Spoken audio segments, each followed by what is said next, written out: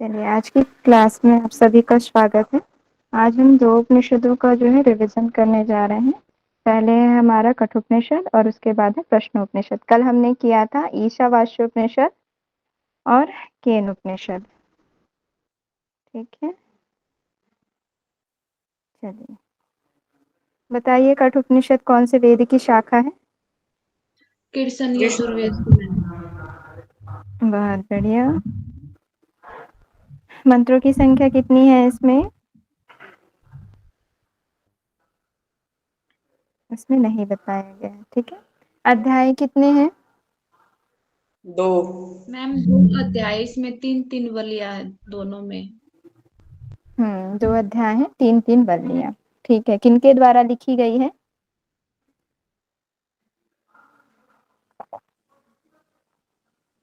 किनके द्वारा लिखी गई है ये उपनिषद? कठ ऋषि कठिन के नाम द्वारा। की तपस्वी। बहुत बढ़िया। ऐसे सोचने क्यों लगे थे आप लोग? सोच में पड़ गए थे क्या? Yes ma'am. चलिए, हाँ, कठोपनिषद नाम से ही स्पष्ट है ना, कठ ऋषि के द्वारा लिखी गई है। ठीक है, रचयिता बोलेंगे या किसके द्वारा लिखी गई? कठ ऋषि के द्वारा लिखी गई है। किनके बीच संवाद है? नचिकेता रही यमराज के। आज के बीच। बहुत बढ़िया। ठीक है, चलिए हम देखते हैं। कठोपनिषद जो है कृष्ण यजुर्वेद की कठ शाखा के अंतर्गत आता है। अध्याय जो दो हैं और प्रत्येक अध्याय में तीन तीन बल्लियां हैं। ठीक है, यह उपनिषद कठ ऋषि के नाम से जुड़ा हुआ है, जहाँ पर क का अर्थ होता है ब्रह्म, ठ का अर्थ होता है निष्ठा, अर्थात ब्रह्म में निष्ठा उत्पन्न करने वाला उपनिषद जो है कठोपनिषद है। इसमें वाजश्रवस यानी कि उद्दालक ऋषि के जो पुत्र हैं नचिकेता और यमदेव यमराज के बीच संवाद है। रचयिता कठ नाम के तपस्वी आचार्य थे। वे मुनि वैशंपायन के शिष्य तथा यजुर्वेद की कठ शाखा के प्रवर्तक थे। प्रवर्तक बोला जाए, रचयिता बोला जाए या किसके द्वारा लिखी गई है, संकलन करता कौन है, तो सब में आ जाएगा कठ ऋषि। ठीक है, इसके विषय वस्तु हम देखते हैं। योग की परिभाषा हम देखेंगे, आत्मा का रहस्य व स्वरूप, आत्म अनुभूति का रहस्य, इतने जो है टॉपिक हमको इसमें पढ़ने हैं। आगे हम देखते हैं, आते हैं हम अपने प्रथम अध्याय की प्रथम वल्ली पर।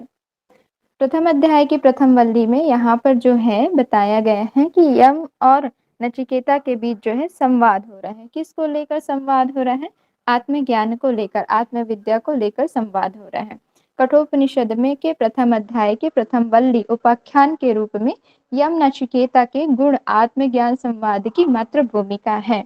इसमें महर्षि अरुण, ठीक है, महर्षि अरुण अर्थात वाजश्रवा के पुत्र हुए आरुणि वाज्रश्रवस, जो कि गौतम वंशीय ऋषि थे। ठीक है, और इनको ही उद्दालक ऋषि के नाम से जाना जाता है। किनको? आरुणि, आरुणि को, वाज्रश्रवस जी को, जो कि नचिकेता के पिताजी हैं।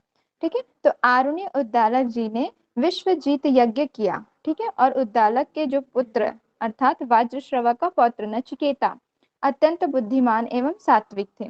तो यहाँ पर क्या हुआ, जो नचिकेता के पिताजी थे उन्होंने विश्वजीत यज्ञ किया, जिसमें उन्होंने बहुत सारे धन संपत्ति और गायों का दान किया। गायों का दान किया मतलब कैसी गाय? जो एकदम बूढ़ी हो चुकी थी, है ना, जो जरा जीर्ण अवस्था में थी। ठीक है, जो कोई काम नहीं कर सकती थी। तो फिर नचिकेता ने सोचा कि ऐसे गायों का दान करने से क्या मतलब, ऐसे गायों का दान करेंगे तो पिताजी को भी कष्ट होगा और जिनको दान दे रहे हैं उनको भी कष्ट होगा। तो मैं भी तो पिताजी की संपत्ति हूँ, तो मुझे भी दान करना चाहिए। पिताजी मुझे किसको दान देंगे? इस तरीके से उनके मन में जो है प्रश्न उठता है, और वो प्रश्न जाकर फिर अपने पिताजी से करते हैं कि हे तात, आप मुझे किसको देंगे?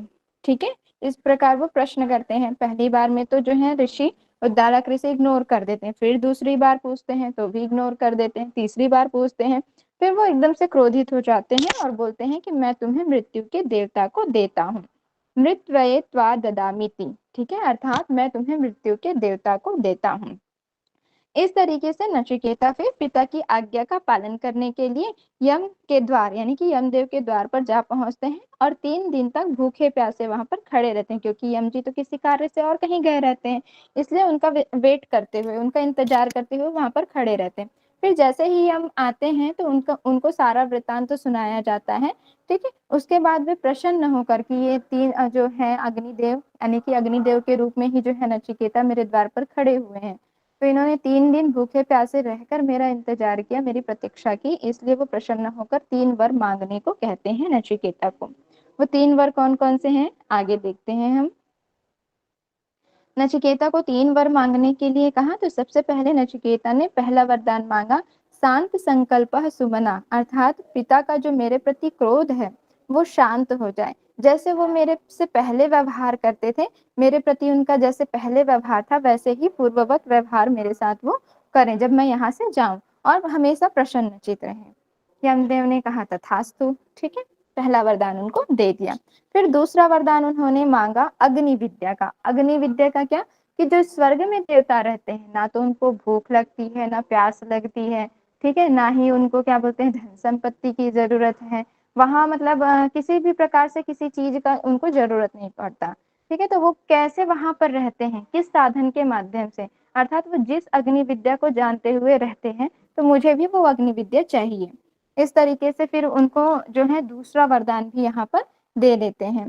तो दूसरा वरदान देने के बाद यहाँ पर जो है यमदेव पूछते हैं कि जो मैंने अग्नि विद्या तुमको दी है तुम मुझे सुना। तो जैसा उन्होंने नचिकेता को अग्नि विद्या दिया था एज इट इज उन्होंने पूरा सुना दिया। उससे प्रसन्न होकर यमदेव ने कहा कि मैं तुमको जो है ये वरदान देता हूँ कि तुम ये जो विद्या है वो तुम्हारे नाम से जानी जाएगी, अर्थात नचिकेता अग्नि के नाम से जानी जाएगी। उसके बाद फिर वो तीसरा वर मांगने को कहते हैं। तो तीसरा वर नचिकेता बोलते हैं कि मुझे आत्मज्ञान, यानी कि आत्मा का रहस्य, आत्मा मृत्यु के पश्चात आत्मा का क्या होता है, मुझे वो विद्या जाननी है, ठीक है। तो फिर यम जी कहते हैं कि अभी तुम इस विद्या को जानने योग्य नहीं हुए हो, ठीक है, इस विद्या के अलावा तुम और भी कुछ वर मांग लो, मैं तुमको दे दूंगा, लेकिन ये विद्या नहीं दे सकता। तो फिर बोलते हैं, उनको तरह तरह का प्रलोभन देते हैं। प्रलोभन देने के बाद भी नचिकेता बोलते हैं कि ये सारी चीजें जो है वो नश्वर हैं, तो मैं इन चीजों को लेकर क्या करूंगा, मैं जो है आत्म ज्ञान यानी कि आत्मा के रहस्य को जानना चाहता हूँ, मुझे वही चाहिए। देखते हैं यहाँ पर किस तरीके से उनको प्रलोभन देते हैं, क्या क्या प्रलोभन है ये हम देखते हैं। तो सबसे पहले यहाँ पर जो है अग्नि विद्या के बारे में बताया जा रहा है कि यहाँ पर यमदेव बोले कि मतलब मैंने तुम्हें जो विद्या दी है वो तुम्हारे नाम से ही जानी जाएगी, अर्थात नचिकेता अग्नि के नाम से जानी जाएगी। फिर स्वर्गलोक में जो यानी कि अग्नि विद्या के बारे में बताया जा रहा है कि जो देवताओं को भय शोक मृत्यु जरा भूख प्यास ये सबसे जो स्वर्ग में देवता रहते हैं वो इन सब चीजों से रहित होते हैं। तो अग्नि विद्या, इस विद्या को अनंत लोक की प्राप्ति कराने वाली उसकी अवधारणा और हृदय गुहा में स्थित समझो, अर्थात जो अग्नि विद्या है वो क्या है, अनंत लोक की प्राप्ति कराती है, ठीक है। और वो अग्नि विद्या यानी कि वो अग्नि जो है कहाँ स्थित है, तो हमारे हृदय रूपी गुहा में ही स्थित है। अनंत लोकाप्ति मथो प्रतिष्ठाम विद्धि त्वमेतम निहितम गुहायाम, ठीक है। तो वो क्या है, अग्नि विद्या जो है अनंत लोक की प्राप्ति कराने वाली है, ठीक है, और उसके आधार रूपा यानी कि उसकी जो आधार है और वो कहाँ निवास करती है, तो हमारे हृदय रूपी गुहा में ही वो अग्नि स्थित है। इस तरीके से जो है अग्नि विद्या उनको यमदेव देते हैं, किनको, नचिकेता को। फिर आइए हम देखते हैं कि प्रलोभन, तीसरा वर मांगने पर उनको कौन कौन से प्रलोभन दिए जाते हैं यमदेव के द्वारा।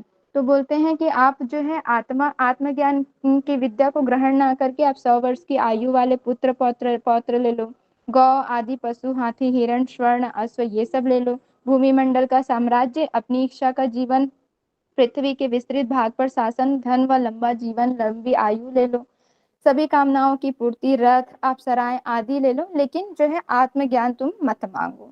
तो फिर नचिकेता बोलते हैं कि इन सांसारिक भोगों का मनुष्य के लिए स्वभाव है, यानी कि ये जो आप सांसारिक भोगों को मेरे को प्रदान करना चाहते हैं वो मेरे लिए क्या है, या मनुष्य के लिए क्या है, स्वभाव, अर्थात सब के समान है, अर्थात आज है कल नहीं है।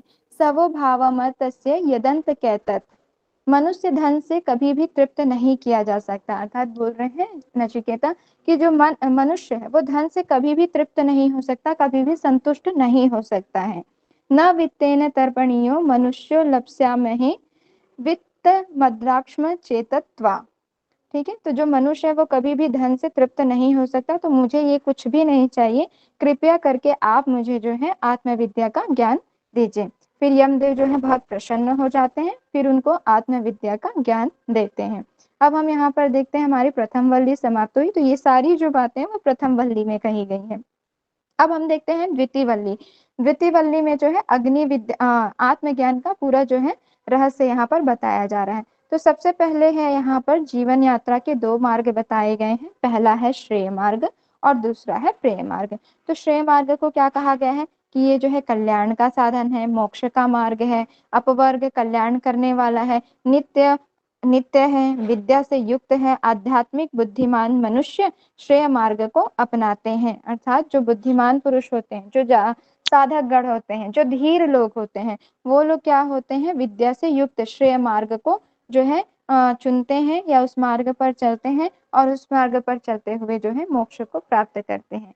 किंतु प्रेय मार्ग क्या है? प्रेय मार्ग जो है प्रिय लगने वाले भोगों का साधन, सांसारिक भोग, सुख भोग के साधन जो अविद्या से युक्त है, जहाँ पर धन संपदा वैभव है, जो मनुष्य को कर्म बंधन में बांधे रखती है, जन्म मृत्यु के बंधन में बांधे रखती है, अर्थात उनको मोक्ष की प्राप्ति नहीं होती। तो जो क्या बोलते हैं, मंद बुद्धि वाले हैं, योगक्षेम, जो मूर्ख लोग हैं, जो इस केवल संसार की वस्तुओं को ही अपना जो है लक्ष्य समझते हैं, वो लोग जो है प्रेय मार्ग को अपनाते हैं।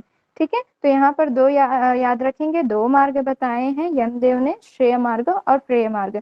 जो श्रेय मार्ग है वो बुद्धिमान मनुष्य द्वारा अपनाया जाता है और जो प्रेय मार्ग है वो मंद बुद्धि वाले जो है मनुष्य अपनाते हैं। श्रेयस्य प्रेयस्य मनुष्य मेतस्ततो संप्रीत्य विविनक्ति धीरः श्रेयो हि धीरो भी प्रेयसो वृणते प्रेयो मंदो योगक्षेमाद वृणते। तो इसको याद रखेंगे, इसमें से भी पूछा जा सकता है। तो संस्कृत के वर्ड्स आप लोग याद रखेंगे, एक एक नजर आप लोग इस श्लोक को देखते चले जाएंगे। ठीक है, तो श्रेयस्य प्रेयस्य इस तरीके से आप लोग इसको याद रख सकते हैं। चलिए अब हम आगे देखते हैं ओम का स्वरूप। ठीक है, तो यहाँ पर जो है आत्मा के रहस्य को बताते हुए इन सब चीजों का वर्णन कर रहे हैं यमदेव। तो यहाँ पर अब हम देखते हैं ओम का स्वरूप क्या बताया गया है। तो जिसकी इच्छा करते हुए जो साधक गण है वो ब्रह्मचर्य का पालन करते हैं। एतद् वाक्षरम ब्रह्म एतद् वाक्षरम परम। ओम यह अक्षर ही तो ब्रह्म है, यह अक्षर ही परम ब्रह्म है। ठीक है, एतद्वक्षरम ब्रह्म एतद्वक्षरम परम। फिर बोला जा रहा है इस अक्षर को जो जानकर, इस अक्षर को जानकर जो इसकी इच्छा करता है, जो इसको पाने का जो है क्या करता है, कामना करता है, उसे वही मिल जाता है। ठीक है, इसकी इच्छा करके जो कुछ भी इसको पाने की इच्छा रखता है उसको जो है वो मिल जाता है। ओमकार ही श्रेष्ठ आलंबन है, ओमकार सर्वोच्च आलंबन अथवा आश्रय है। एतद आलंबनम श्रेष्ठम एतद आलंबनम परम एतद आलंबनम ज्ञात्वा ब्रह्मलोके महीयते। इस आलंबन को जानकर, एतद आलंबनम ज्ञात्वा, इस आलंबन को जानकर मनुष्य ब्रह्मलोक में महिमामय होता है, ब्रह्मलोके महीयते। ठीक है, तो जो मनुष्य ओम अक्षर को जान लेता है वो ब्रह्मलोक में महिमामय हो जाता है, अर्थात उसकी ही चर्चा होने लगती है। इस तरीके से यहाँ पर जो है ओम का स्वरूप बताया गया है। फिर हम आगे देखते हैं, अब आत्मा का स्वरूप देखते हैं। ठीक है, तो प्रथम वल्ली में जो है यम और नचिकेता के बीच संवाद है, 3 वर मांगे गए हैं, उन वरों को वहां पर बताया गया है। उसके बाद जो आत्मज्ञान का जो रहस्य है वो द्वितीय वल्ली से स्टार्ट होती है। तो उसमें 2 मार्ग बताए गए, प्रेय और श्रेय मार्ग। उसके बाद फिर जो है ओम का स्वरूप बताया गया। अब हम देख रहे हैं आत्मा का स्वरूप। अब यहाँ पर बोला जा रहा है कि नचिकेता ने वहां पर प्रश्न पूछा ना कि मृत्यु के पश्चात आत्मा का क्या होता है। तो यहाँ पर यमदेव बोल रहे हैं, न जायते न म्रियते वा विपश्चिनायम कुतिश्चनम बभूव कश्चित अजो नित्यम शाश्वतोयम पुराणो न हन्यते हन्यमाने शरीरे हंता चेन्यमन्यते हंतुम हतश्चेन्यमन्ते हतम उभतो न विजानीतो नायम हंति न हन्यते। अर्थात ज्ञान स्वरूप आत्मा न जन्म लेता है और न मृत्यु को प्राप्त होता है। न जायते म्रियते, यह न किसी का कार्य है न किसी का कारण है। यह अजन्मा नित्य शाश्वत पुरातन है, अजो नित्य शाश्वतोयम पुराणो। ठीक है, शरीर के नष्ट हो जाने पर इसका नाश नहीं होता। यदि कोई मारने वाला स्वयं को मारने में समर्थ मानता है और यदि मारा जाने वाला स्वयं को मारा गया मानता है, वे दोनों ही सत्य को नहीं जानते हैं। यह आत्मा न मरता है न मार दिया जाता है, अर्थात ये जो है अमर है, नित्य शाश्वत है, पुरातन है, ठीक है। ना ही इसको कोई मार सकता, ना ही इसको कोई जो है जला सकता, ना ही वायु इसे सुखा सकती है और ना ही जो जल है वो गीला कर सकती है, ठीक है। इस तरीके से यहाँ पर जो है आत्मा का स्वरूप यहाँ पर बताया गया है। फिर हम देखते हैं यहाँ पर परमात्मा का स्वरूप और महिमा। पुनः यहाँ पर परमात्मा के स्वरूप को और उनकी क्या महिमा है, क्या विशेषता है, ये यहाँ पर बताई गई है। तो बोला जा रहा है यहाँ, वह अणु से भी अणु और महत बड़ा से भी बड़ा है, ठीक है। वह सोता हुआ बैठा हुआ भी सब स्थान पर पहुंचा हुआ है। उसका शरीर ना होते हुए भी वह सब शरीरधारी में अवस्थित है, अर्थात वह निर्विकार होते हुए भी सभी प्राणी में स्थित है। ब्रह्म शक्ति और क्षेत्र शक्ति दोनों उसके ओदन, ओदन अर्थात भोजन के समान है, अर्थात संसार की दोनों बड़ी शक्ति उसी के अधीन है। संसार की जितनी भी शक्तियां हैं, ठीक है, वो किसके अधीन है, परमात्मा के अधीन है, ब्रह्म के अधीन है। वह भूत और भविष्य का स्वामी है। ईशानो भूत भविष्यस्य स एवादय स उ सवः, ठीक है, अर्थात जो परमात्मा है वो भूत और भविष्य का स्वामी है। अंगुष्ठ मात्र पुरुष परमात्मा आत्मा के मध्य बैठा हुआ है। अब यहाँ पर जो है परमात्मा का आकार बताया गया है, कैसा है, अंगुष्ठ मात्र ज्योति स्वरूप परमात्मा आत्मा के मध्य बैठा हुआ है। अंगुष्ठ मात्र पुरुषो मध्य आत्मनि तिष्ठति, ठीक है। तो वो यहाँ पर क्वेश्चन आता है कि आत्मा का जो स्वरूप है या आत्मा का आकार कितना है बताया गया, तो आंसर होगा अंगुष्ठ मात्र। और कहाँ है, तो आत्मा के मध्य। अब बोला जा रहा है कि परमात्मा किसको प्राप्त होते हैं और किसको नहीं होते हैं। तो किसको नहीं होते, जो बुरे आचरणों से निवृत्त नहीं हुआ है, ठीक है, अर्थात जो बुरे आचरणों का त्याग नहीं किया है, जो अशांत है, ना वह जिसके मन इंद्रिय संयत नहीं है, संयमित नहीं है, अर्थात जो जो बुरे आचरणों का त्याग नहीं किया है, जो अशांत है और जो जिसके मन व इंद्रिय संयमित नहीं है, वो परमात्मा को प्राप्त नहीं कर सकते।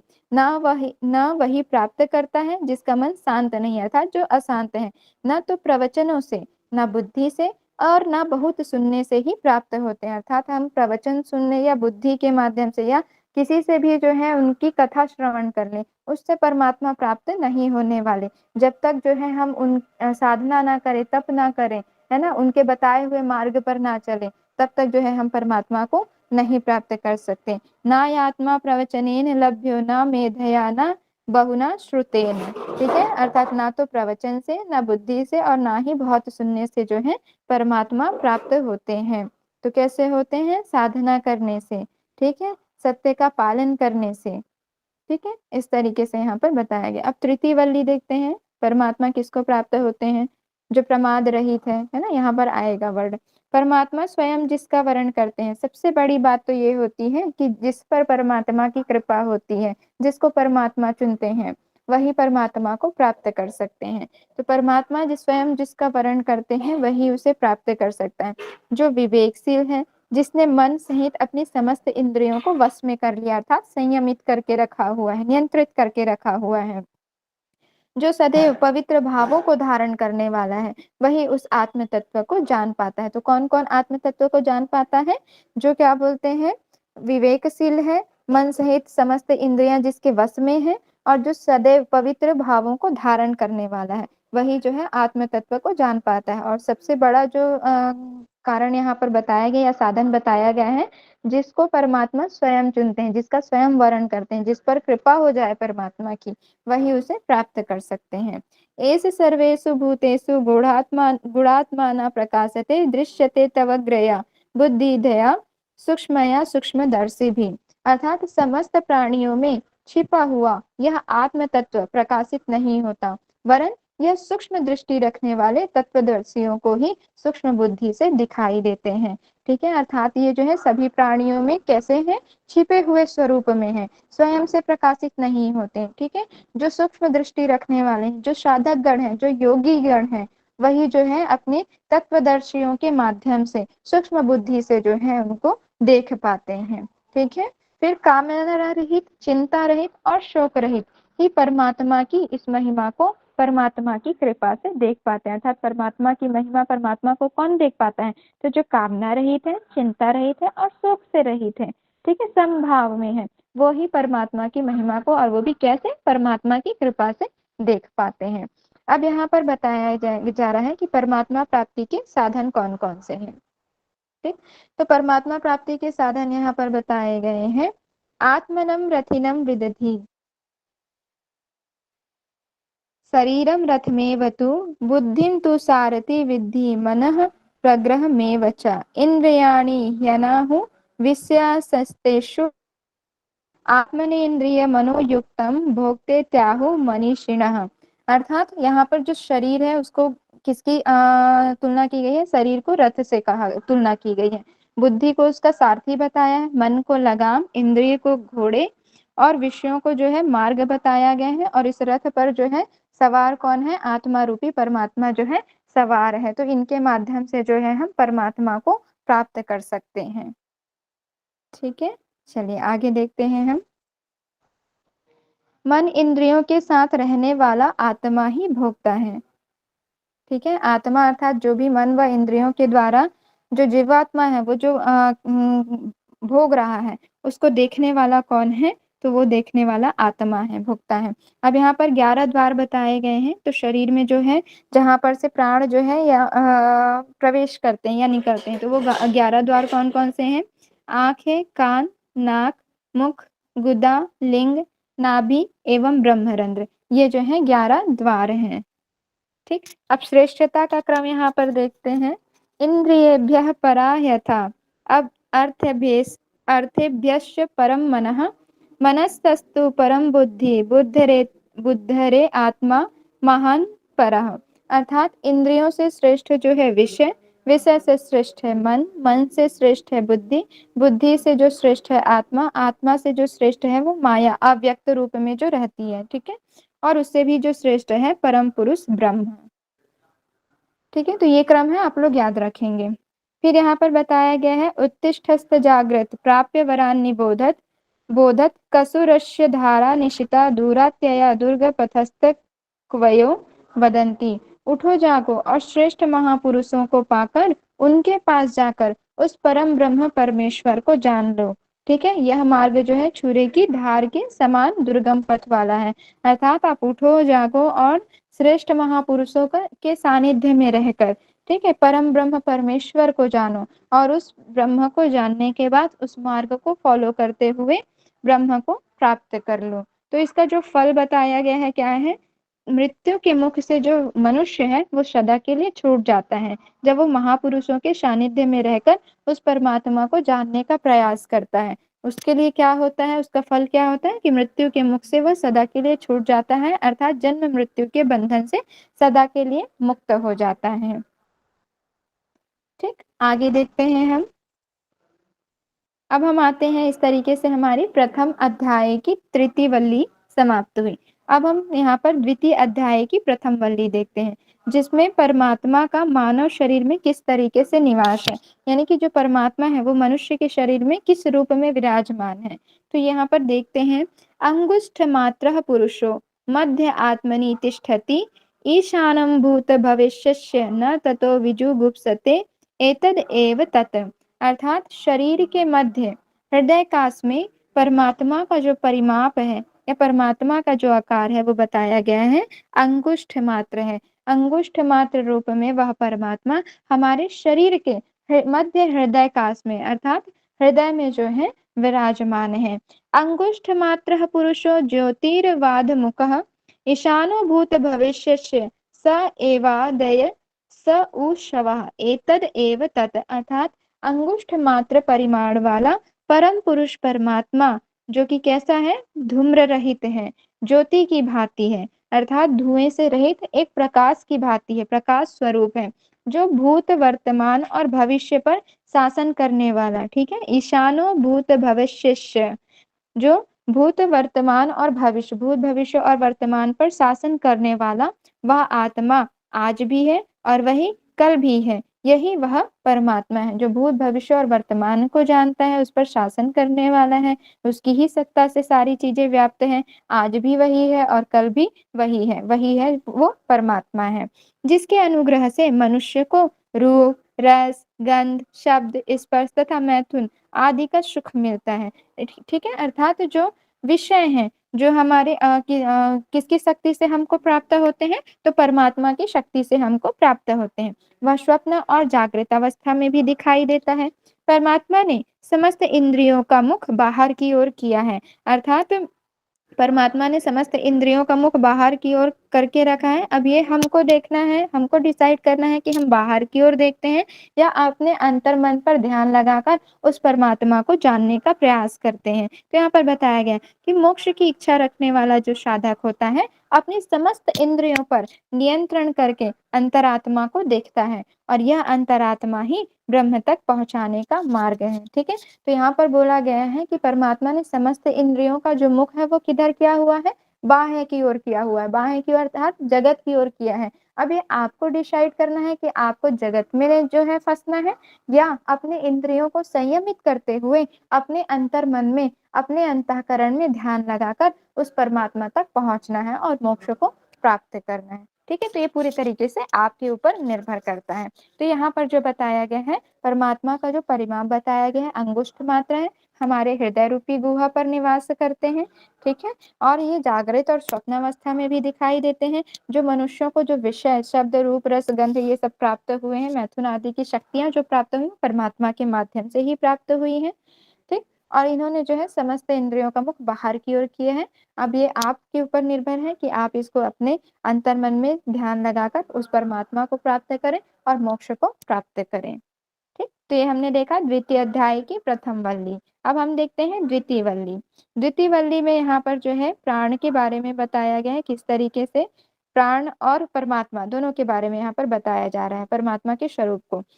ऊर्ध्व प्राण उन्मुख यत्यपानम प्रत्यज्ञ सति ऊर्ध्वे वामन मासीनम विश्वे देवा उपासते। जो प्राण को ऊपर की ओर उठाता है और अपान को नीचे की ओर ढकेलता है, शरीर के मध्य में बैठे हुए उस सर्वश्रेष्ठ भजने योग्य परमात्मा की सभी देवता उपासना करते हैं। यहाँ पर परमात्मा की शक्ति के बारे में, विषय के बारे में वहां पर बताया गया कि जो प्राण को ऊपर उठाता है, अपान को नीचे ढकेलता है, ये सब किसके माध्यम से कार्य करें, परमात्मा की शक्ति के माध्यम से कार्य करें। शरीर के मध्य में बैठे हुए उस सर्वश्रेष्ठ भजने योग्य परमात्मा की सभी देवता जो देवगण है वो भी उपासना करते हैं। न तत्र सूर्यो भाति न चंद्र तारकम नेमा विद्युतो भांति कुतोयम अग्नि तमेव भान्तम अनुभाति सर्वे तस्य भाषा सर्वमिदं विभाति। अर्थात वहां सूर्य प्रकाशित नहीं होता, चंद्र और तारे भी नहीं चमकते, और ना ही विद्युत ही चमचमाती है, फिर इस अग्नि की बात ही क्या। ठीक है, उसके प्रकाशमान होते हुए सब कुछ प्रकाशित होता है, और उसके प्रकाश से ही सब कुछ जो है भासता है, अर्थात प्रकाशित होता है। जो सूर्य, चंद्रमा, तारे ये जो है सब अपनी शक्ति से नहीं चमकते, ये भी जो है परमात्मा की ही शक्ति से चमकते हैं। तो यहाँ पर बोला जा रहा है कि अग्नि की ही बात क्या, तो सब जो है परमात्मा के प्रकाशमान होने से ही प्रकाशित होते हैं, और उस प्रकाश से ही सब कुछ का जो भी चीजें हैं, जो भी वस्तुएं हैं, उन सब का ज्ञान होता है। ठीक, चलिए आगे देखते हैं, हम आते हैं तृतीय वल्ली पर। तृतीय वल्ली में यहाँ पर योग की परिभाषा बताई गई है। ध्यान रखेंगे कठोपनिषद में योग की परिभाषा कहाँ पर देखने को मिलती है, यहाँ कहाँ पर बताई गई है, तो ये हो जाएगा आंसर द्वितीय अध्याय की तृतीय वल्ली में। ठीक है, तो ऊपर की ओर मूल वाला ऊर्ध्व मूलो वाक शाखम एसो स्वस्थ सनातनः तदेव शुक्रम तद ब्रह्मम तदेव मामृतम मुच्यते तस्मिन् लोकाः श्रिताः सर्वे तदुनातेति कश्चन एतद एव तत्। अर्थात ऊपर की ओर मूल वाला और नीचे की ओर शाखा वाला। मूल वाला अर्थात जो जड़ है, यहाँ पर वृक्ष से जो है तुलना की जा रही है। ठीक है, पीपल के वृक्ष से। तो जो ऊपर का भाग है जो मूल वाला है, और जो नीचे का जो भाग है शाखा वाला, वो प्रत्यक्ष जगत है, सनातन पीपल का वृक्ष है। इसका मूलभूत वह परमेश्वर की विशुद्ध तत्व है, ठीक है। परमेश्वर ही विशुद्ध तत्व अर्थात जो मूल है वो परमेश्वर है और जो शाखा है वो जगत है। वही ब्रह्म है, वही अमृत कहलाता है। सब लोग उसी के आश्रित हैं, कोई भी उसको लांघ नहीं सकता। अर्थात पूरा ये जो संसार है, जगत है, ठीक है, ये जो ब्रह्मांड है वो परमात्मा के ही अधीन है, परमात्मा की ही शक्ति से कार्य करता है। और वो जो सबका जो मूल रूप जड़ है वो परमात्मा ही है, यहाँ पर बताया गया। अब बोला जा रहा है योग की परिभाषा। यदा पंचावतिष्ठन्ते ज्ञानानि मनसः सह बुद्धिश्च न विचेष्टते तामोहु परमाम गति। अर्थात जब मन सहित पांच ज्ञानेंद्रियां भली भांति स्थिर हो जाती हैं, बुद्धि भी किसी प्रकार की चेष्टा नहीं करते, उस स्थिति को परम गति कहते हैं। और उस परम गति को ही क्या बोला जाएगा? योग कहते हैं। क्या? जब मन सहित पांच ज्ञानेंद्रियां हमारी स्थिर हो जाती हैं, बुद्धि भी किसी प्रकार की चेष्टा नहीं करती अर्थात वो भी स्थिर हो जाती हैं, तो उस स्थिति को क्या कहते हैं? परम गति। और उस परम गति को ही यहाँ क्या कहा गया है? योग कहा गया है। ताम योगमीति मन्यते स्थिराम इंद्रिया धारणाम। अर्थात उन इंद्रियों की स्थिर धारणा को ही योग मानते हैं या योग कहा जाता है। उस समय साधक जो है प्रमाद रहित हो जाता है। योग उदय और अस्त होने वाला है। योग उदय और अस्त होने वाला है अर्थात जो हमारी अच्छे संस्कार हैं वो उदयमान होते हैं, अच्छे संस्कारों की ओर बढ़ते हैं। और जो अस्त है अर्थात जो हमारे बुरे आचरण हैं, बुरे संस्कार हैं, वो अस्त होने लगते हैं अर्थात उनका विनाश होने लगता है। ठीक है, तो उदय और अस्त से यहाँ पर ऐसे समझेंगे कि क्या? जब इंद्रियों की स्थिर धारणा, ठीक है, इंद्रियों की स्थिर धारणा कब होगी? जब पंच ज्ञान इंद्रियां स्थिर हो जाएंगी, बुद्धि भी स्थिर हो जाएगा, है ना। तो उन स्थिर धारणा को ही योग कहते हैं। और उस समय साधक क्या हो जाता है? प्रमाद रहित हो जाता है। योग उदय और अस्त होने वाला है अर्थात जो साधक के शुभ संस्कार हैं उनका उदय होता है, और जो बुरे आचरण है, बुरे संस्कार हैं, जो भी बुराइयां हैं, नेगेटिविटी है, उन सबका जो है विनाश होने लगता है। ठीक है, आगे बढ़ते हैं यहाँ पर। अप्रमत्त तदा भवति योगो ही प्रभवाप्ययो। अर्थात उस समय साधक जो है प्रमाद रहित हो जाता है। योग अस्त और उदय होने वाला है, यहाँ पर रिपीट किया गया है। योग प्रभवाप्ययो अर्थात उदय और अस्त होने वाला। योग की यहाँ पर दो स्थिति बताई गई है। योग या योग का अभिप्राय बोले तो प्रभव और अभव। प्रभव अर्थात शुभ संस्कारों की उत्पत्ति अर्थात उदय होना, और अभव अर्थात अशुभ संस्कारों का विनाश अर्थात अस्त होना। ठीक है, तो इसको भी याद रखेंगे। योग की जो दो स्थिति है, प्रभव है और अभव है। फिर यहाँ पर सनातन उपदेश दिया जा रहा है अर्थात वेदों के द्वारा जो सनातन उपदेश दिए गए हैं वो क्या है? तो यदा सर्वे प्रभिदयन्ते हृदयस्य ग्रंथया अथ मृत्यो अमृतो भवत्येत अध्व अनुशासनम। अर्थात जब हृदय की संपूर्ण ग्रंथियां भली भांति खुल जाती हैं तब मरण धर्मा मनुष्य इसी शरीर में अमर हो जाता है। ठीक है, जब सभी ग्रंथियां खुलने लगती हैं अर्थात चक्रों का भेदन जो है शुरू हो जाता है ना। हम जो है हमारे चक्र हैं जो एक्टिव हो जाते हैं, तब मनुष्य क्या हो जाता है? मरण धर्मा शरीर अर्थात जो ये शरीर है जिसका एक समय के बाद विनाश हो जाना है, उस शरीर में रहते हुए ही वो अमर हो जाता है अर्थात मोक्ष को प्राप्त कर लेता है। बस इतना ही सनातन उपदेश है। ठीक है, तो इसको भी याद रखेंगे आप लोग। आगे देखते हैं हमारे नाड़ियों के बारे में यहाँ पर बताया गया है। शतम चैका च हृदयस्य नाड्यास्ताशम मूर्धानम अभिनिश्रितैका तयोध्वर्य मायन्म अमृतम त्वमेति विश्वंगन्या उत्क्रमणे भवन्ति। अर्थात हृदय की कुल कितनी नाड़ियां हैं? 101 नाड़ियां हैं। उनमें से एक मूर्धा जो है कपाल की ओर निकली हुई है और इसे ही सुषुम्ना कहते हैं। ठीक है, जो 101 नाड़ियां हैं उसमें से जो एक नाड़ी बोला गया है वो मूर्धा की ओर है। ठीक है, और बाकी की जो 100 नाड़ियां हैं वो किधर गई हैं? मरण काल अर्थात जगत की ओर लेकर गई हैं, है ना। तो जो एक नाड़ी है वो हमको अमृत भाव को प्राप्त कराती है अर्थात मोक्ष की प्राप्ति की ओर लेकर जाती है, और बाकी जो दूसरी 100 नाड़ियां हैं वो मरण काल में जीव को नाना प्रकार की योनियों में ले जाने की हेतु होती है। हेतु अर्थात कारण होती है। ठीक है।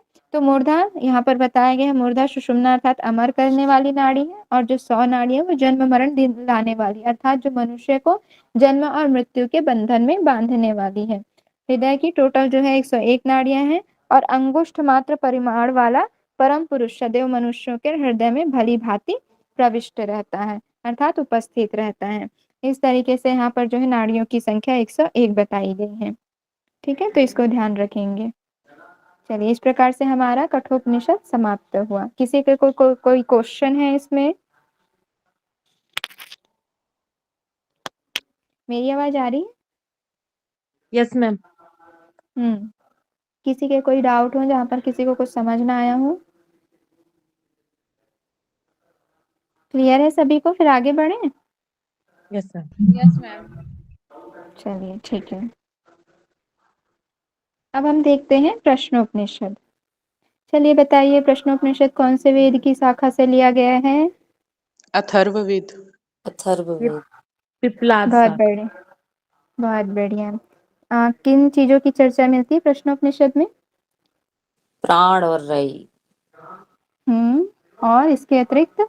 5 प्राण और 6 प्रश्न। कौन कौन से ऋषियों के द्वारा किया गया है 6 प्रश्न? कबंधी ऋषि, भार्गव ऋषि, अश्वलायन, गार्ग्य, सत्यकाम और सुकेशा। बहुत बढ़िया, ठीक है। चलिए देखते हैं हम प्रश्नोपनिषद। कौन से नंबर का उपनिषद है ये? चौथे नंबर का। 4 नंबर। प्रश्नोपनिषद अथर्ववेद के पिपलाद शाखा का एक ब्राह्मण भाग है, जिसमें 6 प्रश्न किए गए हैं 6 जिज्ञासु ऋषियों के द्वारा। मंत्रों की संख्या 67 मंत्र हैं। 6 जिज्ञासुओं ऋषि द्वारा महर्षि पिपलाद से पूछे गए 6 प्रश्न एवं उनके उत्तरों का यहाँ पर वर्णन किया गया है। इसमें जो विषय मुख्य रूप से हम देखेंगे, प्राण और रई की अवधारणा, पंच प्राण देखेंगे, और 6 मुख्य ये प्रश्न हो जाएगा ना, इसको आप लोग लिख लेंगे। 6 मुख्य प्रश्न किए गए हैं यहाँ पर। प्रश्न करने के कारण इस उपनिषद का नाम जो रखा गया है वो प्रश्नोपनिषद है। ठीक, आगे हम देखते हैं। 6 ऋषिगण परम ब्रह्म के जिज्ञासु होकर भगवान महर्षि पिपलाद के पास यह सोचकर गए कि हमें उनके विषय में सब कुछ बतला देंगे। हाथ में समीधा लेकर गए, अर्थात जो यज्ञ में आहुति दी जाती है वो सामग्री लेकर गए 6 ऋषिगण, कि जो प्रश्न के उत्तर जो है हमको कहीं से नहीं मिल पाए, हम पिपलाद ऋषि के पास जाएंगे तो जिन जिन विषयों के बारे में हम उनसे पूछना चाहते हैं, जिन प्रश्नों के बारे में हम जानना चाहते हैं कि उनका उत्तर क्या हो सकता है, वो पिपलाद ऋषि ही दे सकते हैं।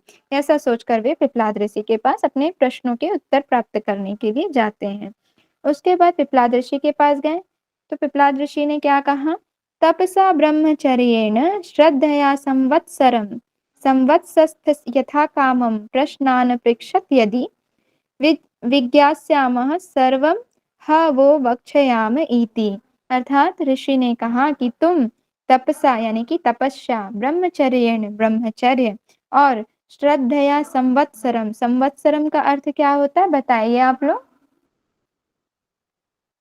मैम आपने बताया 12 महीने जो होते हैं उनको बोलते हैं ना? हाँ, जो 1 साल होता है वार्षिक मंथ उसको बोला जाता है। ठीक है, तो क्या कहा उन्होंने? श्रद्धा से युक्त होकर 1 वर्ष और निवास करो, फिर अपने इच्छा अनुसार प्रश्न करना। यदि मैं उन प्रश्नों के उत्तर जानता होऊंगा तो मैं तुम्हें सब बतला दूंगा। उन्होंने कहा कि प्रश्न किया तो कहा कि आप पहले तपस्या, ब्रह्मचर्य और श्रद्धा से युक्त हो जाओ। इन नियमों का पालन करते हुए आप 1 साल तक मेरे आश्रम में रुको। आश्रम में रुकने के बाद अगर मुझे लगेगा कि मुझे आपके प्रश्नों का उत्तर देना चाहिए, तब मैं आपके प्रश्नों का उत्तर दूंगा, यदि मैं जानता होऊंगा तो।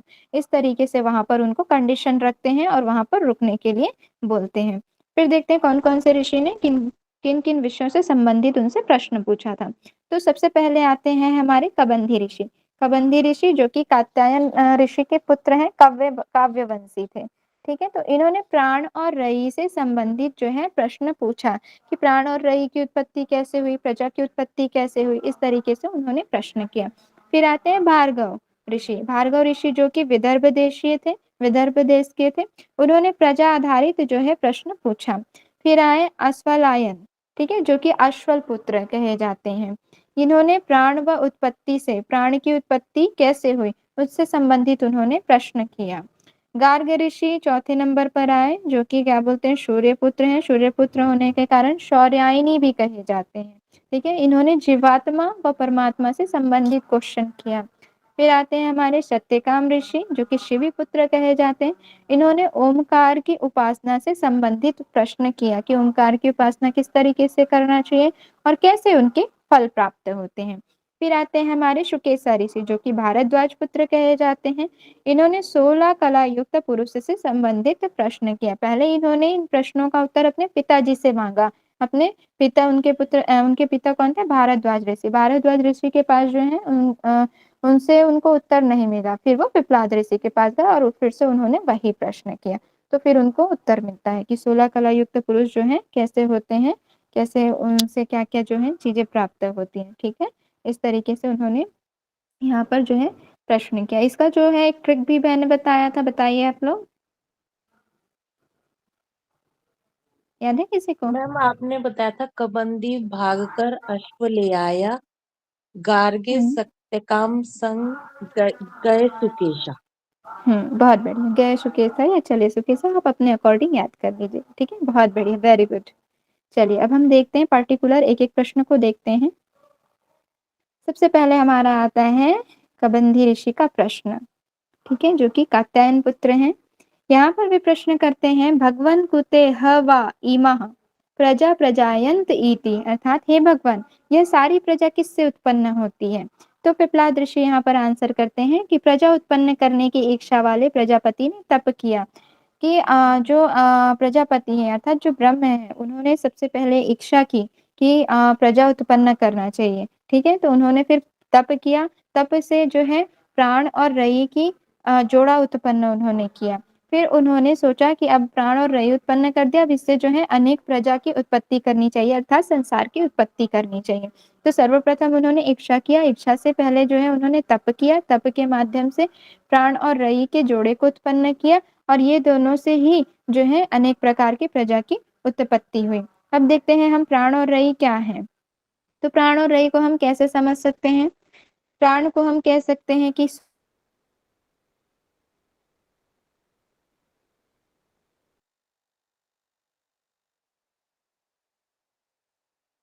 पक्ष है, तो रयी कृष्ण पक्ष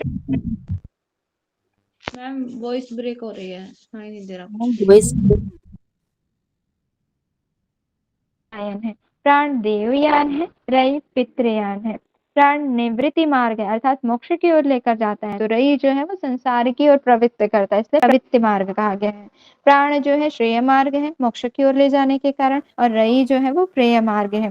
प्राण जीवन शक्ति है, जीवन प्रदान करता है, ठीक है, जीवन प्रदान करता है अर्थात मोक्ष प्राप्त करने के लिए। और रयी जो है मूर्त और अमूर्त रूप से हर चीज जो जिसको हम देख सकते हैं और जिनको नहीं भी देख सकते, वो सब जो है वो रही है। तो इस तरीके से इनको क्या क्या संज्ञा दी गई है ये आप लोग याद रखेंगे, इससे भी क्वेश्चन आते हैं। ठीक, आगे हम देखते हैं। अब यहाँ पर सूर्य संवत्सर की विशेषताएं बताई जा रही हैं, ठीक है। जो सूर्य का जो कंडीशन होता है एक साल का, तो यहाँ पर बताया जा रहा है कि 5 ऋतुएं जो हैं उनके पांव हैं, 5 पांव हैं, 12 मास उनकी 12 आकृतियां हैं, द्युलोक का आधा हिस्सा इनकी पूरी नगरी। द्युलोक अर्थात जो पृथ्वी और स्वर्ग के बीच का जो भाग होता है, अंतरिक्ष से ऊपर वाला थोड़ा भाग, उसको बोला जाता है द्युलोक, जहाँ पर सूर्य चंद्रमा तारे जो है सभी ग्रह नक्षत्र प्रकाशित हो रहे हैं, वो होता है द्युलोक, और वो भी प्रकाशित होते हैं परमात्मा की शक्ति से। 7 चक्र, 7 किरणें हैं, ठीक है। 6 अरो, 6 सहायक किरणें वाले रथ पर जो है वो विराजमान है। सर्वरूप, रश्मिवान, ज्ञान संपन्न, सबके आश्रय, सबके पिता, पुरुषी, जल वाले हैं, ज्योतिर्मय है, अद्वितीय है, और सूर्य सहस्त्रों किरणों वाला है, ठीक है। यहाँ पर जो है सूर्य संवत्सर की इस तरीके से विशेषताएं यहाँ पर बताई गई हैं। अब क्वेश्चन उठता है कि प्रजापति कौन है, तो यहाँ पर बताया जा रहा है जो संवत्सर ही प्रजापति है। उसके 2 आयन हैं, दक्षिण और उत्तर। मास ही प्रजापति है, उसके 2 पक्ष हैं, कृष्ण पक्ष ही रही है और शुक्ल पक्ष प्राण है। दिन व रात भी प्रजापति है। ठीक है, तो दिन या दिन व रात, ये जो साधारण दिन व रात नहीं, दिन अर्थात प्रकाश और रात जो अंधेरा है, ठीक है, उसको बोला जाएगा। तो जो दिन है वो प्राण है और जो रई है वो रात्रि है। अन्न ही प्रजापति है, उसी से ही वह वीर्य होता है और उस वीर्य से ही इस संपूर्ण संसार की उत्पत्ति होती है, अर्थात प्रजा की उत्पत्ति होती है। तो इस तरीके से यहाँ पर बताया गया है कि प्रजा की उत्पत्ति कैसे होती है, प्राण और रई क्या है, सूर्य संवत्सर की विशेषताएं, प्रजापति कौन है। इस तरीके से जो है यहाँ पर प्रथम प्रश्न में देखा गया। और प्रथम प्रश्न किसने किया, बताइए आप लोग। कात्यायन कबंदी जी का प्रश्न। कबंदी ये याद रखेंगे। ठीक है, अब हम देखते हैं भार्गव ऋषि के प्रश्न, उन्होंने कौन सा प्रश्न किया। तो भार्गव ऋषि यहाँ पर प्रश्न करते हैं, भगवन् कत्येव देवा प्रजां विधारयन्ते कतर एतत् प्रकाशयन्ते का पुनरेषाम वरिष्ठ इति। अर्थात हे भगवान, इस प्रजा को कितने देवता धारण करते हैं, उनमें से कौन इसे प्रकाशित करते हैं और कौन उनमें से श्रेष्ठ है।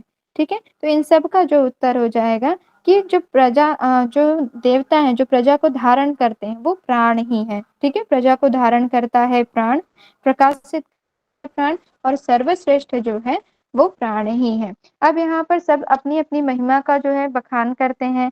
ठीक है, कि आकाश जो है पंचभूत हैं वो अपनी महिमा गाते हैं कि हम श्रेष्ठ हैं। कर्मेंद्रियां और जो इंद्रियां हैं, मन है, वो सब अपनी अपनी महिमा प्रकट करते हैं कि हम ही श्रेष्ठ हैं। फिर अंत में जो है सब अपनी अपनी जो है गुणों को वहां पर बताते हैं, विशेषता बताते हैं।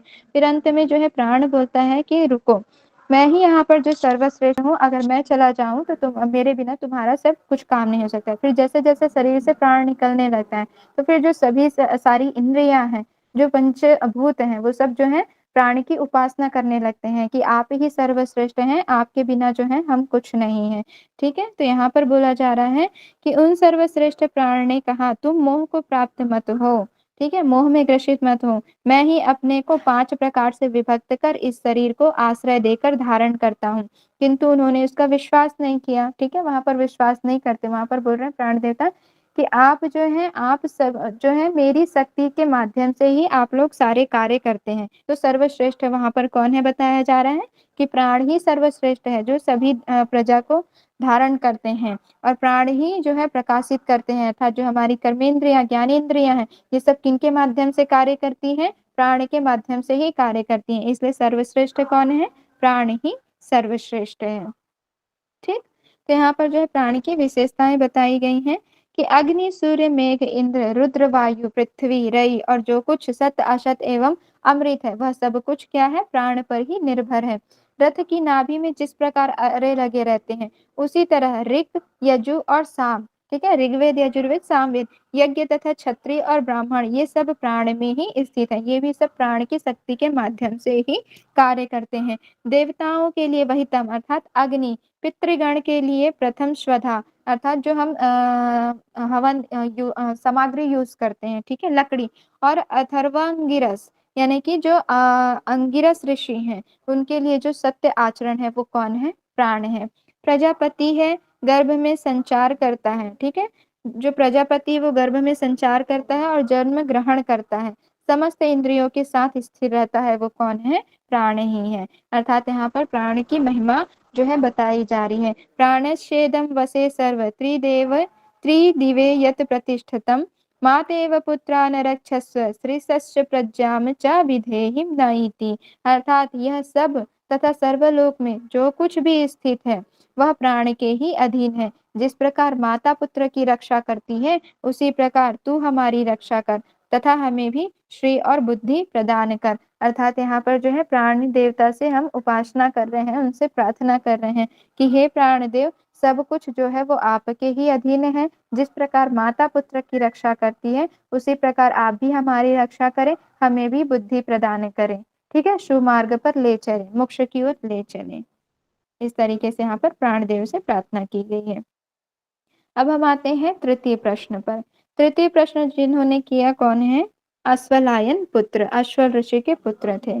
भगवन कुत एस प्राणो जायति कथमायात्म अस्मि शरीरम आत्मनं वा प्रविभज्य कथम प्रतिष्ठते केनोत्क्रमते कथम बाह्यम अभिधते कथम मध्यात्म मीति, अर्थात हे भगवान, यह प्राण कहाँ से उत्पन्न होता है, किस प्रकार शरीर में आता है तथा अपना विभाग करके किस प्रकार स्थित होता है, किस शरीर से उत्क्रमण करता है और किस तरह बाह्य धारण करता है और किस तरह अभ्यंतर शरीर को प्राप्त करता है या धारण करता है। तो इन सब के प्रश्न का उत्तर जो है पिपलाद ऋषि देते हैं। क्या देते हैं, यहाँ पर बता रहे हैं कि यह प्राण कहाँ से उत्पन्न होता है, तो यह प्राण जो है आत्मा से उत्पन्न होता है। इस शरीर में आता कैसे, किस प्रकार शरीर को धारण करता है, तो यह मन के संकल्प से इस शरीर में आ जाता है तथा अपना विभाग करके किस प्रकार स्थित होता है, अर्थात अपना विभाग अर्थात अपना जो है भाग या उसका स्थान बोलेंगे, किस प्रकार अपने स्थान को जो है तय करता है। तो जिस प्रकार सम्राट अपने अधिकारियों को नियुक्त करता है, उसी प्रकार जो मुख्य प्राण है वो अन्य प्राणों को, इंद्रियों को नियुक्त करता है, अर्थात उनके कार्यों को सौंप कर जो है अपना खुद का स्वयं विभाग जो है वो नियुक्त करता है। फिर किस शरीर से उत्क्रमण करता है, तो उदान वायु के द्वारा उत्क्रमण करता है, अर्थात शरीर से बाहर कैसे निकलता है, उदान वायु के द्वारा। प्रवेश कैसे करता है, आत्मा से, ठीक है, और बाहर कैसे निकलता है, तो उदान वायु के द्वारा। फिर बाह्य को धारण किस तरीके से करता है, तो विभिन्न प्राण वायु के द्वारा बाह्य जगत को धारण करता है और विभिन्न प्राण वायु द्वारा ही आंतरिक जगत को यहाँ पर धारण करता है। इस प्रकार पिपलाद ऋषि जो है अश्वलायन ऋषि को बोलते हैं कि तुम जो है बड़े कठिन प्रश्न करते हो, लेकिन तुम ब्रह्मवेत्ता हो, तुम जानना चाहते हो, इसलिए मैं तुम्हारे प्रश्नों का उत्तर देता हूँ। इस तरीके से वहां पर महर्षि पिपलाद बोलते हैं। फिर यहाँ पर जो है पंच प्राणों की स्थिति बताई गई है कि किस तरीके से पंच प्राण के स्थान है, उनका कार्य क्या होता है, ठीक है, और भौतिक जगत में उनका प्रतीक क्या है, किस तरीके से वो चीजों को धारण करते हैं। तो सबसे पहले हम आते हैं अपान। अपान जो है उसका स्थान क्या होता है, अपान वायु का स्थान जो होता है शरीर में वायु गुदा और उपस्थ पर होता है, ठीक है, और इसका जो है भौतिक जगत में प्रतीक अर्थात ये जो है पृथ्वी को धारण करता है।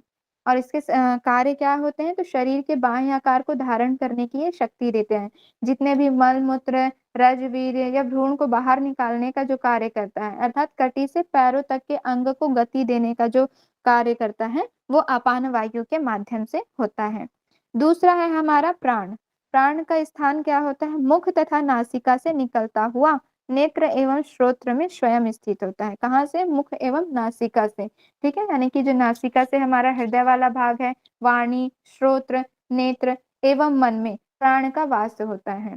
और इसका जो कार्य होता है शरीर के बाह्य अंग प्रत्यंगों को पुष्ट करने का काम करता है प्राण। भूख प्यास लगना, वाणी में सहयोग करना, रक्त संचार, ठीक है, और रक्त में ऊष्मा को बनाए रखना, ये किसके द्वारा होता है, प्राण वायु के द्वारा होता है। और ये भौतिक जगत में किसको धारण करता है, सूर्य को धारण करता है, अर्थात आदित्य को धारण करता है, ठीक है। तो हम देखेंगे कि हमको एनर्जी कहाँ से प्राप्त होती है, सूर्य देव से ही प्राप्त होती है। तो प्राण का भी क्या है, शरीर को बाह्य रूप से हमारे जो अंग प्रत्यंग है बाह्य रूप से व आंतरिक रूप से मजबूत बनाना, पुष्ट करना, है ना, भूख प्यास लगना, वाणी में सहयोग देना, रक्त संचार करना, रक्त में ऊष्मा बनाए रखना, ये सब प्राण का कार्य होता है। फिर हमारा आता है तीसरा है समान। समान यहाँ पर बताया गया है कि शरीर के मध्य भाग में प्राण अग्नि में हवन किए हुए अन्न को संपूर्ण शरीर में समभाव में पहुंचाता है। अर्थात जो समान है वो क्या करता है, अन्न को समस्त शरीर तक, यानी कि शरीर के जितने भी हमारे अंग हैं, ठीक है, उस पर क्या है, अन्न को ले जाने का काम करता है। शरीरस्थ 7 अंग अग्नियों की उत्पत्ति होती है, अर्थात शरीर में जो ज्योति है, ठीक है, 2 कान 2 आंखें 2 नाक और 1 मुख, इनको जागृत करने का कार्य करता है, ठीक है। हमारे अमाशय यकृत अग्नाशय रसों का स्त्राव करना, ठीक है, और गुदे मूत्र संस्थान को क्रिया में सहयोग करना, ये सब जो है समान वायु का कार्य होता है। और इसका जो स्थान है शरीर के कहाँ पर है, मध्य भाग में है, हृदय से लेकर नाभि तक, ठीक है। और ऐसे देखा जाए तो प्राण और अपान के बीच में जो रिक्त स्थान होता है वो समान का स्थान होता है। और ये भौतिक जगत में किसको धारण करता है, आकाश पृथ्वी और स्वर्ग के बीच, यानी कि द्युलोक को ये धारण करता है, ठीक है। तो मुख्य रूप से अगर कहा जाए तो पृथ्वी और स्वर्ग के बीच का जो भाग क्या है वो आकाश है, तो आकाश को धारण करता है। फिर चौथा हमारा आता है व्यान वायु। व्यान वायु जो है संपूर्ण 72 करोड़ नाड़ियों में वायु संचालित करता है, यानी कि यहाँ पर जो मुख्य रूप से नाड़ियों की संख्या बताई गई है, कितना, 72 करोड़। ठीक है, तो इसमें जो है इसका कार्य क्या है, वायु को संचालित करना समस्त नाड़ियों में, साथ ही साथ शरीर के बाह्य अंगों को चेष्टाशील करना अर्थात चेतन स्वरूप में बनाना, त्वचा इंद्रिय को स्पर्श ज्ञान कराना तथा शांति प्रदान करने का कार्य जो करता है वो क्या करता है, कौन करता है, व्यान वायु करता है। ठीक है, और ये धारण किसको करता है, वायु को धारण करता है। अब देखते हैं उदान वायु। उदान वायु जो है क्या है, एक नाड़ी सुषुम्ना है, उसके द्वारा ऊपर की ओर विचरता है, अर्थात यहाँ पर शरीर की उष्णता को बनाए रखना।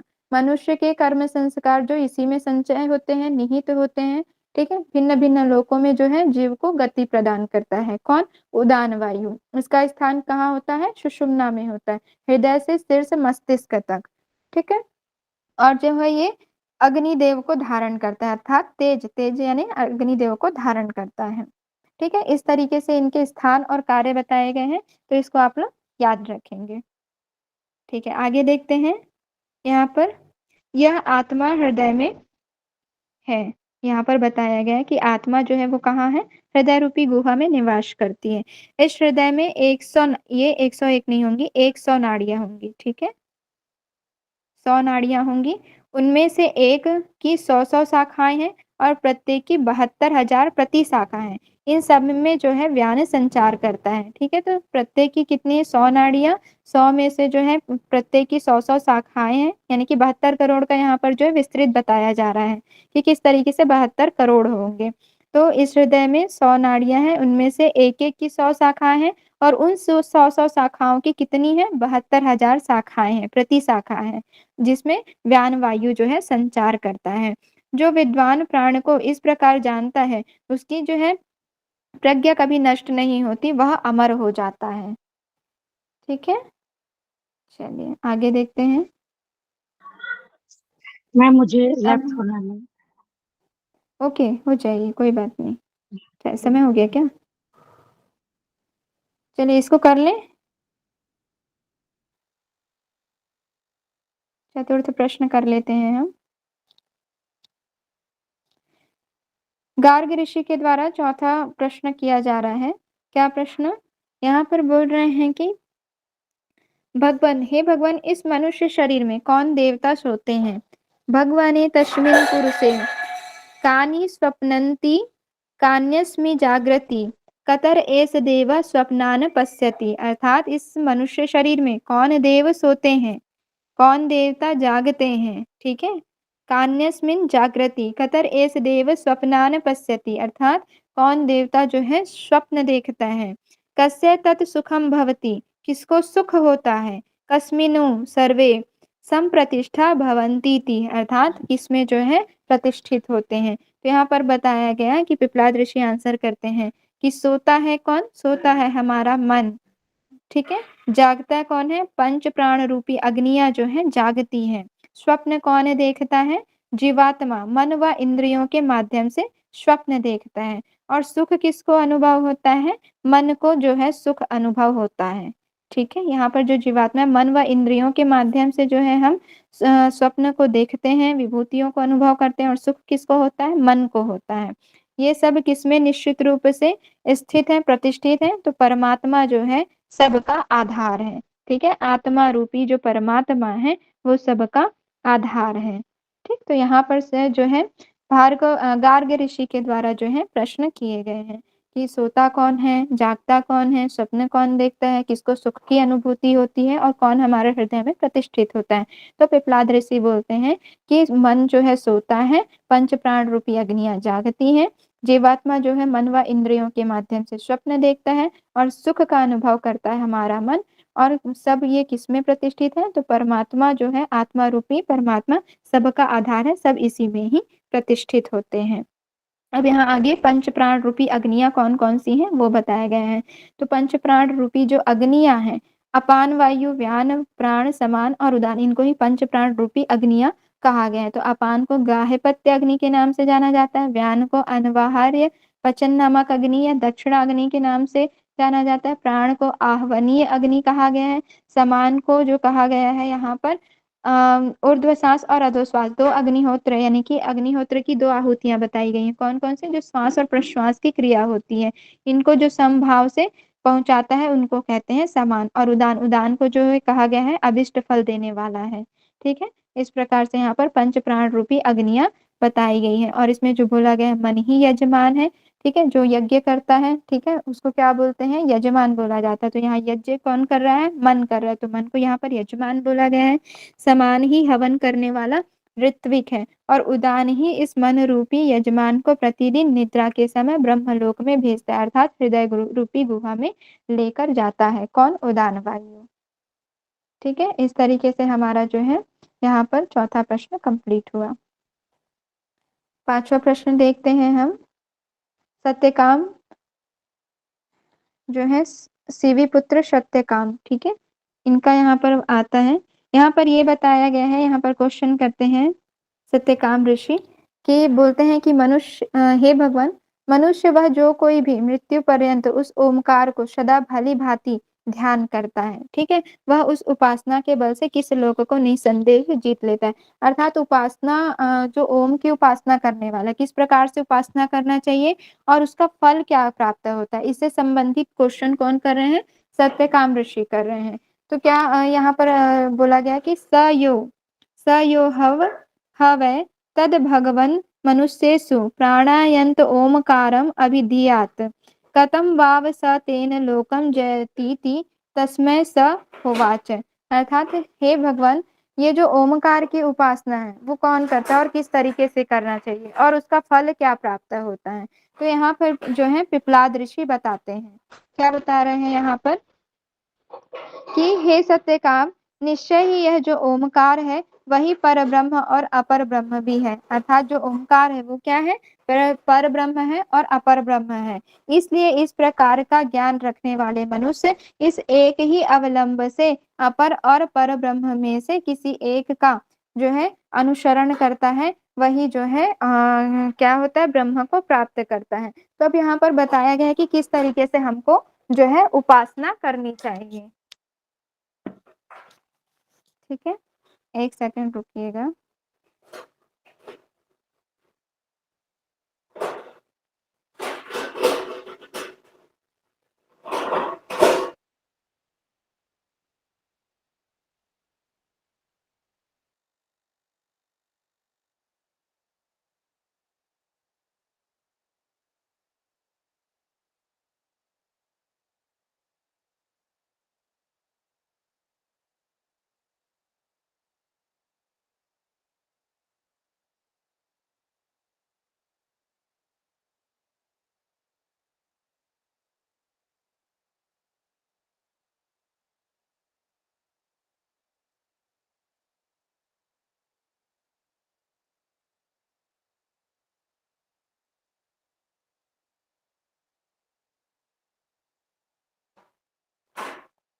सॉरी, तो अब हम यहाँ पर देखते हैं कि हमको उस ओमकार की उपासना कैसे करनी है। ठीक है, तो एक मात्रा वाले जब हम ओमकार की उपासना करेंगे तो क्या होगा, यानी कि अ का जब हम ध्यान करेंगे तो इसमें क्या होगा कि ऋग्वेद की ऋचाओं द्वारा जो मनुष्य है किसको प्राप्त करता है, यानी कि जब हम एक ओमकार की उपासना करते हैं तो ऋग्वेद की ऋचाओं द्वारा मनुष्य जो है पृथ्वी लोक को प्राप्त करता है, वो भी कैसे, तप ब्रह्मचर्य और श्रद्धा से युक्त होते हुए।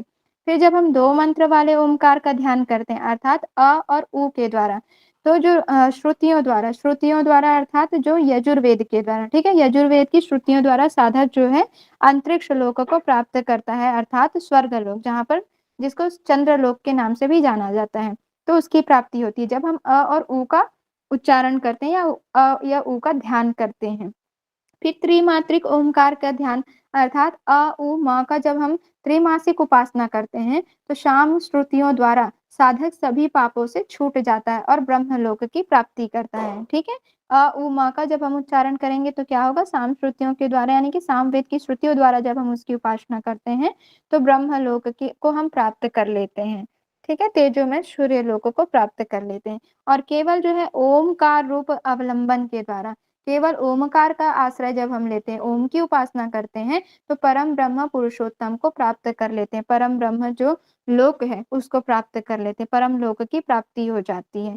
ठीक है, जो वह परम शांत, जरा रहित, मृत्यु रहित, भय रहित और सर्वश्रेष्ठ है। इस तरीके से अ का जब हम उच्चारण करेंगे, केवल एक मात्रा वाले ओमकार का उच्चारण करेंगे, तो ऋग्वेद की ऋचाओं द्वारा मनुष्य जो है पृथ्वी लोक को प्राप्त करता है। वो भी कैसे होना चाहिए? तप, ब्रह्मचर्य और श्रद्धा से युक्त होना चाहिए।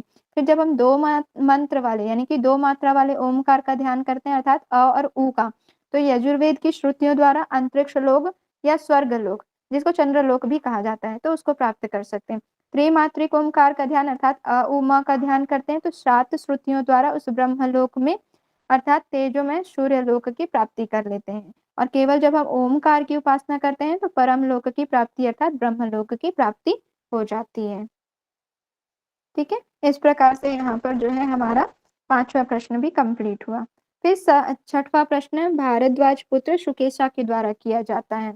यहाँ पर सुकेशा पूछते हैं कि 16 कला वाला पुरुष कहाँ रहता है और वह कौन है? तो महर्षि यहाँ पर बोलते हैं कि इस शरीर के भीतर ही वह पुरुष है, जिसमें ये 16 कलाएं प्रकट होती हैं। तो वो 16 कलाएं कौन कौन सी हैं? कौन से पुरुष यानी कि परमात्मा में ही रहती हैं। तो क्या क्या बोला गया है? 16 कला: प्राण, श्रद्धा, आकाश, वायु, तेज, जल, पृथ्वी, मन, अंतःकरण और इंद्रिय समुदाय, अन्न, वीर्य, तप, मंत्र, कर्म, लोको और उसको नाम से जाना जाता है। अर्थात जो पुरुष हैं, सर्वप्रथम उन्होंने प्राण का सृजन किया। प्राण का सृजन करने के बाद उन्होंने श्रद्धा, आकाश, वायु, ज्योति, जल, है ना, फिर पृथ्वी, इंद्रिया, मन और अन्न का सृजन किया। और फिर अन्न से 16 कलाओं की रचना हुई। जिस प्रकार नदियां समुद्र में विलीन होकर समुद्र हो जाती हैं, उसी प्रकार परम पुरुष की 16 कलाएं परम पुरुष में विलीन हो जाती हैं और वे पुरुष कहलाती हैं, अर्थात आत्मा कहलाती हैं। ठीक है, इस प्रकार से जो है हमारा प्रश्नोपनिषद कंप्लीट हुआ। तो ये आप लोग इसको पढ़ लेंगे। ठीक है, किसी को कोई डाउट है तो बताइए फिर। मेरी आवाज आ रही है? Yes ma'am. किसी को कोई डाउट? समझ आ गया ना? Yes ma'am. चलिए ठीक है, फिर समय हो गया है। शांति पाठ करा दीजिए। मीनाक्षी जी, मीनाक्षी त्यागी जी, शांति पाठ कराइए।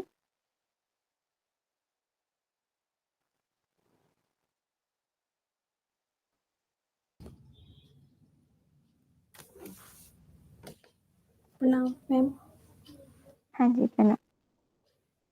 कमर गर्दन सीधी, आंखें कोमलता से बंद, ध्यान आज्ञा चक्र पर। लंबी गहरी सांस भरेंगे, अपनी सांसों को सामान्य कर लेंगे। प्रणाम ओम की ध्वनि का जाप करते हुए।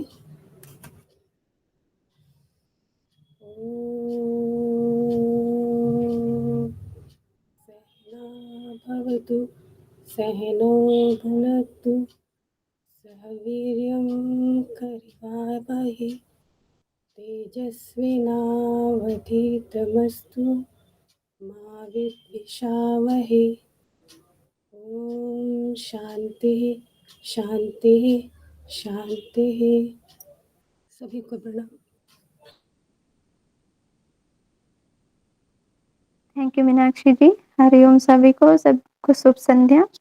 चलिए, खूब अच्छे से पढ़ाई करिए, प्रसन्न रहिए। हम कल मिलते हैं। कल हम करेंगे मुंडकोपनिषद। मैम वो एक बार ट्रिक बता दीजिए प्लीज। जो प्रश्न उपनिषद में, हाँ ये लिख लीजिए आप। कबंदी भाग कर अश्व ले आया, गार्गी सत्य काम संग चले सुकेशा। और एक बार बोलूं। Yes ma'am. कबंदी भाग कर अश्व ले आया, जी। गार्ग सत्य काम संग चले सुकेशा।